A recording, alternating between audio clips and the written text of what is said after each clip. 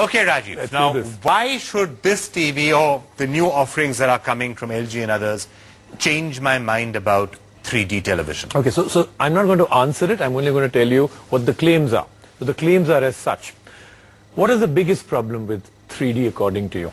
I don't like the experience. Even if I put on all that equipment, I don't like the picture. Yeah, so you actually said putting on all that equipment, I think, is the biggest headache. You have to keep the glasses powered. You have to have enough glasses for the whole family. And you have to power all of them, by the way. All of them. Four different everything USBs is always on the fact that you have them, you know, always powering on and always on that. But I think the greatest problem is that once you even put it on, the amount of eye fatigue, that active shuttering technology, all that, it is a visual illusion. We all know that. I think all of that put together, I think, is why most people take to it but never stick to it. And now what LG seems to be saying is that in their new technology, which they've launched in Korea with some success, they are saying it's all done away with because they're putting this film on the TV itself. Yeah, so what they've done is all that technology and all that big stuff that was happening in those active shutter glasses has been all put onto the television. What you're wearing is just passive glasses, like when we go and see a movie and you have that old style, only, you know, red and blue. This one doesn't even have that. It's very simple, straightforward.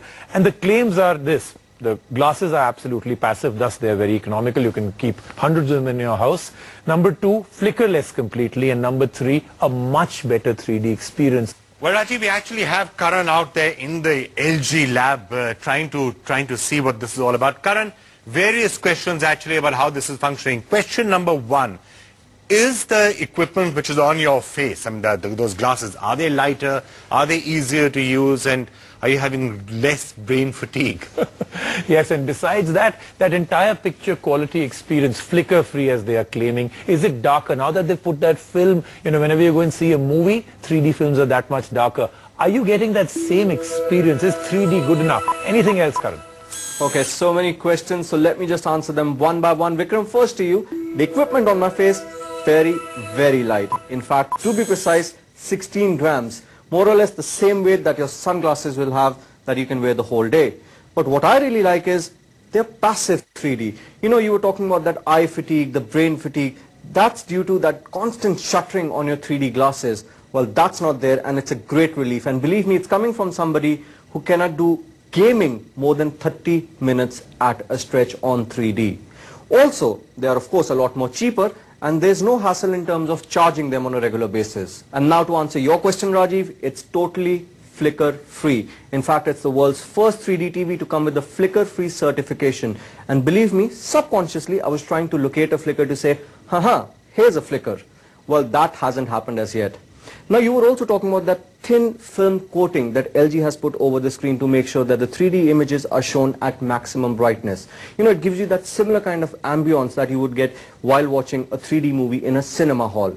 For that, I still think I have to reserve my judgment to take in the whole experience. So while I'll go through the experience, you take a look at what else the television can offer. Launching the world's first next-generation 3D television, LG's Infinia LW6500 boasts of a proprietary FPR technology that optimizes the separation of images for the left and right eye to give viewers a clear 3D picture with less crosstalk and thus reducing dizziness and eye fatigue.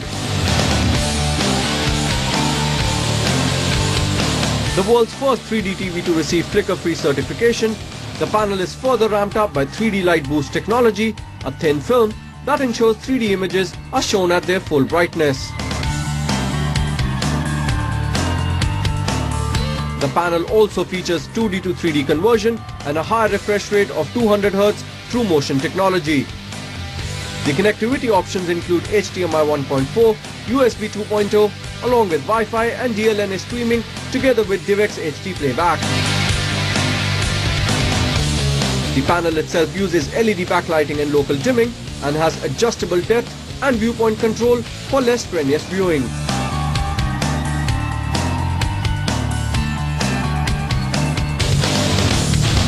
Okay, it's time for verdict now, and before I do that, let me just say I don't like 3D. I can't watch 3D for long hours, but for the very first time there was an exception.